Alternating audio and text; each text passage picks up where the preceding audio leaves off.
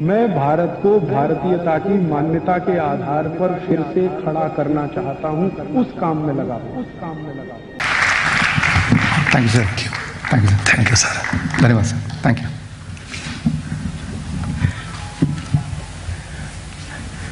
Switch कर। आपने कहानी सुनी, आपको पूरी समझ आ गई, राइट? तो ये कैसे हुआ और आप कैसे करेंगे, that is what we are going to understand. यहाँ पे सबसे इंपॉर्टेंट बात डॉक्टर हरीश ने की, उनकी सारी दवाइयाँ, इंसुलिन सब कुछ छूट गया क्योंकि वो ठीक हो गए। It is actually other way round. ध्यान सुनिए, उनकी सारी दवाइयाँ छूट गई, इंसुलिन छूट गया क्योंकि वो ठीक हो गए। इसको मैं थोड़ा सा एक्सप्लेन करता हूँ। क्योंकि उन्होंने सारी दवाइयाँ, इंसुलिन छोड़ दी, इसलिए वो ठीक हो गए। It is other way round. इस बात को थोड़ा समझना है। आपने ये जरूर सुना होगा, एक बार दवा शुरू हो गई तो लाइफ लॉन्ग चलेगी। मैं आपको बता दूं, अगर लाइफ लॉन्ग दवा चलेगी तो तब तक आप ठीक हो ही नहीं सकते। ठीक होने का रास्ता दवा बंद करने के बाद से ही शुरू होता है, right? So thank you friends.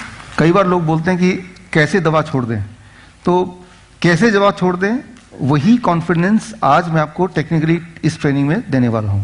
तो इसको शुरू करते हैं हम ट्रेनिंग को। देखिए, सबसे इंपॉर्टेंट बात, मैं डायबिटीज से शुरू कर रहा हूं। डायबिटीज की जितनी सारी मेन दवाइयां आई थी, वो आई थी 1960 से पहले, बिफोर 1960। ये वो दौर था जब दवाइयां मार्केट में लाने के लिए कोई ट्रायल की आवश्यकता नहीं होती थी।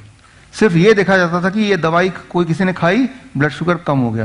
That is the only criteria. There was no randomised control trial before 1960, right? So ये दवाइयां दोनों के दोनों फर्स्ट लाइन ऑफ एक्शन वाले दवाइयां जो सबसे पहले पेशेंट को दिया जाता है। 1962 में पहली बार एफडीए का मतलब भारत का एफडीए नहीं, यूएस का एफडीए। भारत का एफडीए तो यूएस को फॉलो करता है ना। तो ने पहली बार ये घोषित किया कि अगर कोई भी दवा मार्केट में आएगी वो तभी आएगी जब रैंडमाइज कंट्रोल ट्रायल होगा। उससे पहले ये था कि कोई भी डॉक्टर लिख के दे दे, साइन करके दे दे, मैंने ये दवा दी और पेशेंट को अच्छा लगा, सब कुछ ठीक है, दैट वाज एनफ। सो ये जो दवाइयां हैं, मेजर दवाइयां डायबिटीज की, वो तब से आ रही हैं जब कोई रूल्स नहीं होते थे। एक ही रूल था कि ब्लड शुगर कम होना चाहिए चाहे इंसान मर जाए, right? That was the only rule. अब जब एफडीए ने बोला कि अब से हम वही दवा लेंगे जो ट्रायल में सक्सेसफुल होगा, ट्रायल में देखा जाएगा कि ब्लड शुगर कम करने के साथ साथ वो इंसान को ठीक भी कर रहा है, एटलीस्ट मार नहीं रहा है, तो फिर ट्रायल होना शुरू हो गया। और ट्रायल का नतीजा 1975 में आया। यूनिवर्सिटी ग्रुप डायबिटीज प्रोग्राम ने ट्रायल शुरू किया 1962 के बाद, और 1972 में उसने नतीजा दिया कि ये जो जितनी सारी डायबिटीज की दवाइयां अभी मार्केट में हैं, इसको खाने से, इसको देने से मोर्टलिटी यानी कि मृत्यु दर बढ़ जाती है। दिस मीन्स वो ब्लड शुगर घटाती है at the cost of making you more sick and at the cost of killing you. So तब एफडीए ने डिसाइड किया 1975 में कि भाई अब ये दवाइयां या तो मार्केट से हटा लो, या दवाइयों के ऊपर वार्निंग लिख देंगे, जैसे सिगरेट के पैकेट के ऊपर लिखा रहता है कि ये दवाइयों से आपकी मौत हो सकती है। उसके बाद भी कोई खाना चाहता है तो वो खाए। लेकिन जब ये एफडीए का फैसला हुआ, वेरी वेरी इंपॉर्टेंट, ध्यान सुनिए इसको, तब करीब 40 डायबिटोलॉजिस्ट ने यूएस के कॉन्टेक्स्ट में, अभी क्योंकि वहीं से जो आता है एग्जैक्टली आंख बंद करके यहाँ पे फॉलो करते हैं, राइट? इसीलिए यहाँ का अपना कोई नियम नहीं है। तो ने एक लॉयर हायर किया और लॉयर को एफडीए के पीछे लगा दिया। मतलब एफडीए को मजबूर कर दिया कि भाई आप ये वार्निंग लिख नहीं सकते हैं, जैसे सिगरेट पे वार्निंग है, ये वार्निंग लिख नहीं सकते हैं। सो आप अगर सोचते हैं कि दवाइयाँ इतनी नुकसानदेह है फिर भी अभी क्यों मार्केट में है एफडीए के होते हुए भी, वो इसलिए है बिकॉज एक लॉबी है। और मैं आपको बता दूं, medical lobby is the strongest lobby in comparison to any other lobby. और ये तो 1975 की बात कर रहा हूँ, बाहर की, यूएस की। और अगर हम रिसेंट बात करें पिछले साल की, पिछले साल भी ट्रायल होते रहते हैं हर थोड़े थोड़े समय बाद, और ट्रायल के नतीजे आते रहते हैं और गाइडलाइन बनती रहती है। आप में से डायबिटीज एजुकेटर कितने हैं? काफी सारे हैं। तो आपको पता है लास्ट ईयर का एसीपी गाइडलाइन तो पता ही सबको। लास्ट ईयर का ट्रायल के नतीजे के बेसिस पे एसीपी गाइडलाइन रिलीज हुआ, accord trial, advance trial, UKPDS trial, VADT trial, और सारे नतीजे फिर वही निकले कि डायबिटीज की कोई भी दवा लेंगे तो मृत्यु दर उससे बढ़ जाएगा, कॉम्प्लिकेशन बढ़ेंगे, वो ब्लड शुगर घटाता है but the cost of making you more sick. यानी कि दो पेशेंट हैं, दोनों के ब्लड शुगर बढ़े हुए हैं, एक दवा ले रहा है तो घट जाएगा ब्लड शुगर, बट इसके मरने के चांसेस ज्यादा हो जाएंगे in comparison to the one जिसने दवा नहीं लिया, बढ़ा ही रहने दिया। ये बड़ा इंपॉर्टेंट है। लेकिन जब ये दोबारा से आया 2018 में, तो भारत में भी वही हुआ। भारत के डॉक्टर अब सीख चुके थे। इंडियन मेडिकल एसोसिएशन ने इसका प्रोटेस्ट किया, पिछले साल की बात है, मार्च के महीने की 2018। और याद कीजिए तब अखबार में आया, काफी सारे अखबार में, टाइम्स ऑफ इंडिया, हिंदुस्तान और टॉप न्यूज पेपर में आया कि भाई इंडियन मेडिकल एसोसिएशन ने डिसाइड किया ये जो नया गाइडलाइन है हम फॉलो नहीं करेंगे, पेशेंट को फॉलो नहीं करने देंगे, हम उनको बताएंगे नहीं। तो अगर आप ये सोचते हैं कि डॉक्टर ने मुझे दवा लिख के दी है तो ठीक ही होगा, ऐसा नहीं है, बिल्कुल भी ऐसा नहीं है।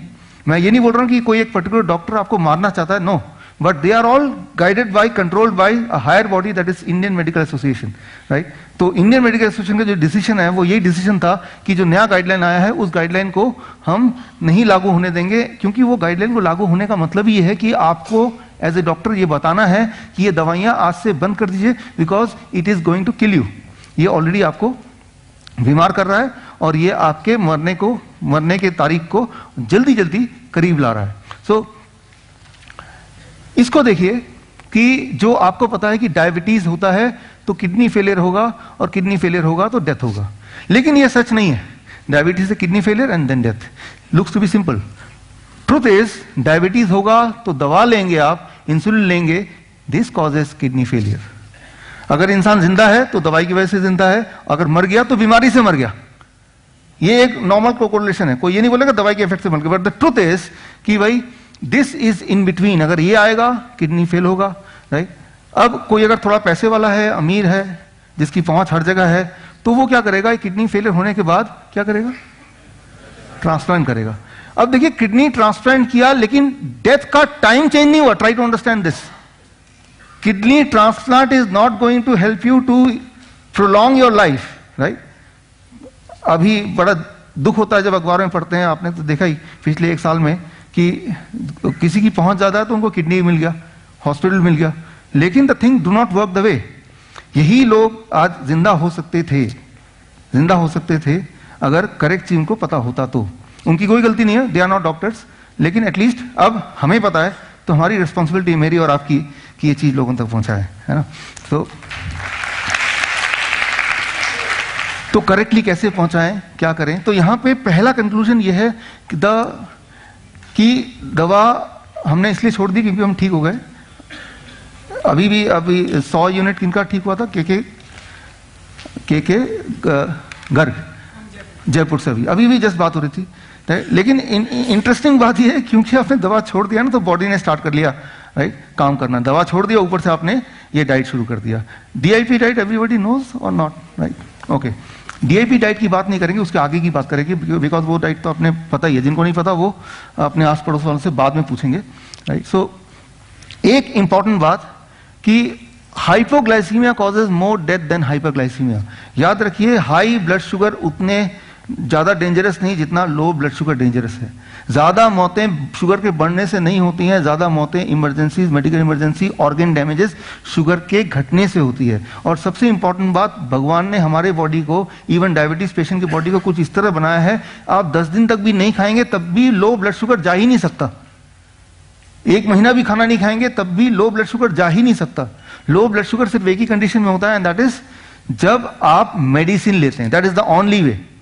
अगर आपको नेचुरली ब्लड शुगर लो करना, वो हो नहीं सकता। एक थ्रेशोल्ड है, उसके नीचे जाएगा नहीं, right. Body will start burning fat, body will start burning protein, body कुछ ना कुछ और करेगी, लेकिन आपके ब्लड में एक मिनिमम अमाउंट ऑफ शुगर रखेगी ही रखेगी।